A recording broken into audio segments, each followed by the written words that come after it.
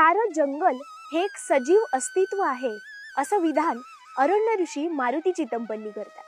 आज आहे जागतिक वनीकरण दिन म्हणजेच वर्ल्ड फॉरेस्ट्री डे।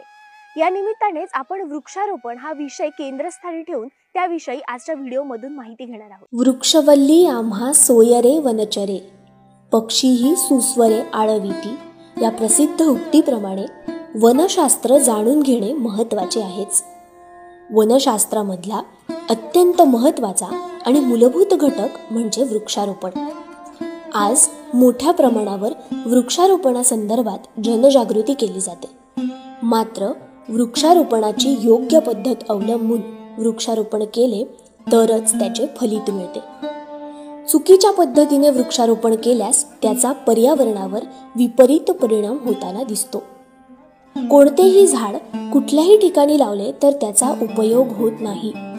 ज्या क्षेत्रात वृक्षारोपण करायचे आहे त्या क्षेत्राचे परीक्षण करून तेथील परिसंस्थेचा अभ्यास करूनच वृक्षारोपण करायला हवे। वृक्षारोपण करताना सर्वात महत्त्वाचा मुद्दा आहे ते रोपं कुठली निवडावीत किंवा झाडांच्या कुठल्या जाती लावल्या जाव्यात। तर याच्यासाठी सगळ्यात महत्त्वाचं आहे की आपण कशासाठी झाडं लावतोय। आपण शहरात रस्त्याच्या कडेला झाडं लावतोय की एखाद्या डोंगरावर झाडं लावतोय की आपल्याला काही त्याच्यातून मानवी फायदे हवेत, म्हणजे फळझाडं हवी आहेत किंवा लाकडासाठी झाडं लावतोय, हे सगळ्यात पहिले बघण्याचे गरजेचं आहे। शहरात जेव्हा आपण वृक्षारोपण करतो तेव्हा सदाहरित आणि सावली देणारी झाडं जास्त प्राधान्य क्रमाने लावली जायला हवीत। एखाद्या जागेचं रिस्टोरेशन करताना झुडूप, वेली, गवत यांचाही समावेश आपल्या वृक्षारोपणात लावायला हवा। अनेकदा स्वदेशी झाडांऐवजी परदेशी वनस्पतींना म्हणजेच एक्झॉटिक स्पीशीजना वृक्षारोपणात स्थान दिलेलं पाहायला मिळतं। परंतु परदेशी म्हणजेच एक्झॉटिक वनस्पतींपेक्षा स्वदेशी अर्थात इंडिजिनस वनस्पती आपल्या पर्यावरणासाठी अधिक फायदेशीर ठरतात हे आपल्याला ठाऊक आहेच। बऱ्याचदा सुबाबूळ, ग्लेरिसिडिया वगैरे अशी झाडं मोठ्या प्रमाणात आपल्याला लावलेली दिसतात। ही झाडं इन्व्हेसिव्ह असल्यामुळे ह्या झाडांखाली आपल्याला इतर वनस्पती उगवलेले दिसत नाहीत। तसेच या विदेशी झाडांचा एक महत्त्वाचा तोटा म्हणजे याच्या पानांचं विघटन करणारे मायक्रोब्स आपल्या जमिनीत किंवा हवेत नसल्यामुळे बऱ्याचदा ही या झाडांची पानं जमिनीवर पडलेली दिसून येतात। तर ह्या पानांचं विघटन न झाल्यामुळे जो कार्बन या झाडांनी शोषलेला आहे तो जमिनीत जो मुरण्याची जी प्रक्रिया आहे, जे कीटक हे सगळं विघटन करतात आणि ह्युमस तयार होतो, ही सगळी प्रक्रियाच तिथे खंडित होते। स्वदेशी वनस्पतींच्या लागवडीची इच्छा असली तरी अनेकदा त्या उपलब्ध होत नाहीत। यातूनच प्रेरणा घेऊन विक्रम येंदे यांनी त्यांच्या ग्रीन अम्ब्रेला या संस्थेची सुरुवात करून त्या माध्यमातून स्वदेशी वनस्पती उपलब्ध करून देण्यास तसेच त्यांचे रोपणही करायला सुरुवात केली।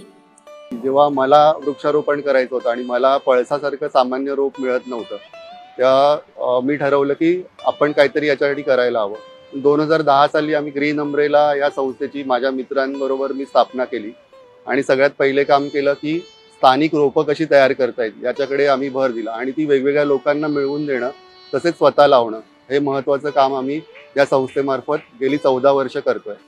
तसेच याबरोबर प्लांट रेस्क्यू म्हणजेच सिमेंटच्या एखाद्या पिलरवर किंवा गॅलरीमध्ये आपोआप उगवलेलं एखादं रोप काढून त्याची व्यवस्थित लागवड त्यांच्या माध्यमातून केली जाते। की भिंतीवरती बऱ्याचदा आपण बघतो की वड, पिंपळ, उंबर ही रोपं पक्ष्यांच्या विष्ठेतून उगवून आलेली दिसतात, तर ही कुठेतरी काढून फेकली जातात।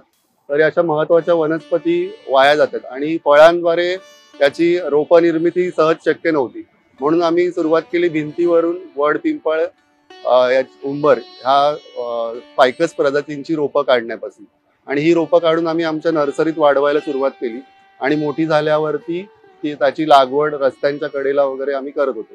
आमचा महत्त्वाचा दुसरा प्रोजेक्ट आहे नर्सरी। तर आपल्याला स्थानिक प्रजाती हव्यात, तर जी जंगलातल्या वेगवेगळ्या ज्या झुडपं आहेत, वेली आहेत, वृक्ष आहेत, अनेक वृक्ष प्रजाती झुडपं ही नष्ट होत चालली आहेत। तर आम्ही अशा झाडांची बिया जानेवारी ते मे ह्या 4 महिन्यात गोळा करतो आणि यांची वसईला आमची नर्सरी आहे, तिथे आम्ही 150हून जास्त प्रजाती बिया गोळा करून तयार करतो त्याची रोपं, आणि पावसाळ्यात वेगवेगळ्या संस्था आहेत, वृक्षप्रेमी आहेत, त्यांना अगदी अल्प दरात ही रोपं उपलब्ध करून देतो. तर या रोपाचं मुख्य वैशिष्ट्य असं आहे की ही रोपं आम्ही कुठे ना कुठे रेस्क्यू केलेली आहेत मुंबई परिसरात. आता आपण पिंपळच का इकडे लावत आहोत, तर तुम्हाला सर्वांना माहितीच आहे की इतर झाडांच्या तुलनामध्ये पिंपळ हे असा वृक्ष आहे की जो जास्त प्रमाणामध्ये हवा शुद्ध करतो. वृक्षारोपणाविषयीची शास्त्रीय आणि वैज्ञानिक माहिती देणारा हा व्हिडिओ तुम्हाला कसा वाटला हे आम्हाला कमेंट सेक्शन मध्ये नक्की कळवा. जास्तीत जास्त लोकांपर्यंत हा व्हिडिओ शेअर करा आणि लाईक सुद्धा जरूर करा.